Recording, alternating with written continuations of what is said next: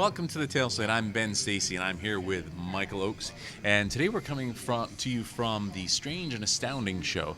A really cool event full of horror and really just cool, strange, creepy stuff. Yeah. But what we're talking about right now is nothing really that strange. Furthest just from. a really good, a good movie. Moana, Disney's Moana. We just saw a advanced screening of it. It comes out actually this Wednesday, November 23rd. This is a really late episode. Yeah. But anyway, I really enjoyed this film. What about you? I really enjoyed it too. It was really good looking. I love the actors. Dwayne Johnson filled his role pretty well. Yeah. And it wasn't too cheesy.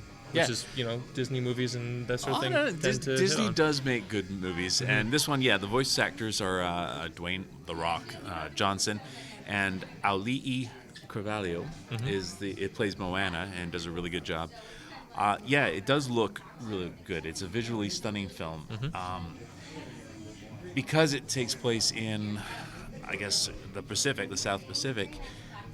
Water is a big character. The ocean actually is a character, and the water, while maybe not the most realistic looking water, was amazing. The ocean itself was a character, and the way they did that was just really well done. I think for what they did, it wasn't.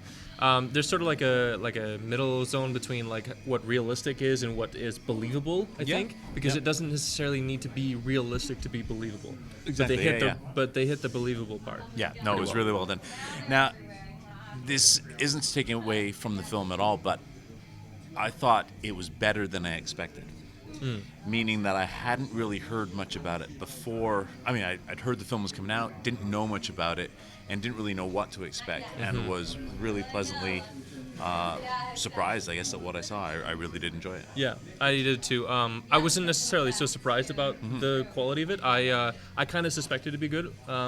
I was hearing a lot of things about how they were really trying to break the mold of what they've been usually doing with the whole princess thing. And I really liked how they did, especially the body models, were more close to what the realistic view would be, not a stick figure princess. Yeah, thing. exactly. Yeah. And the male models were very close to what their like Hawaiian counterparts would have been in real life, which was great.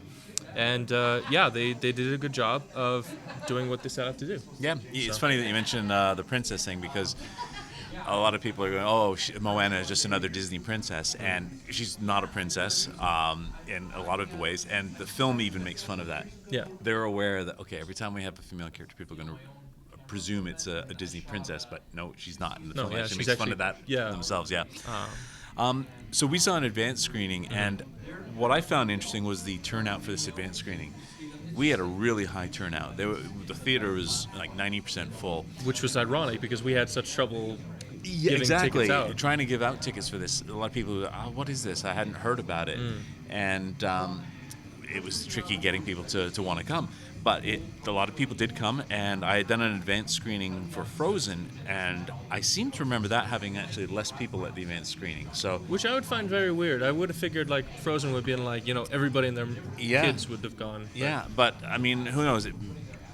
Maybe this is a good sign for the film. It's going to do well if this many people came out to that. I mean, it is a really good film. But it hopefully won't suffer from people not knowing too much about it. No, yeah, I really hope not. One of the best reactions from one of the people that saw it, this girl came out and said, she talked about her tear-up tally. I guess she has a tear-up tally for films. She spent the movie counting how many times she was tearing up. Six was the tally of tearing up for this film for her. But I like it when films have emotional moments. It's great when you can be moved emotionally by a film. It's funny, I didn't find this one too emotional for myself, but obviously some people did, and that's good. Yeah, I think for particular people it hit pretty hard. Yeah. And I really like. There was a few. I didn't notice necessarily 60. I didn't necessarily count as she did, but I definitely noticed a few points. There was like probably 2 or 3 of them where I particularly saw like it was really kind of heart wrenching. Yeah, well, it was a good story, some good emotional family stuff.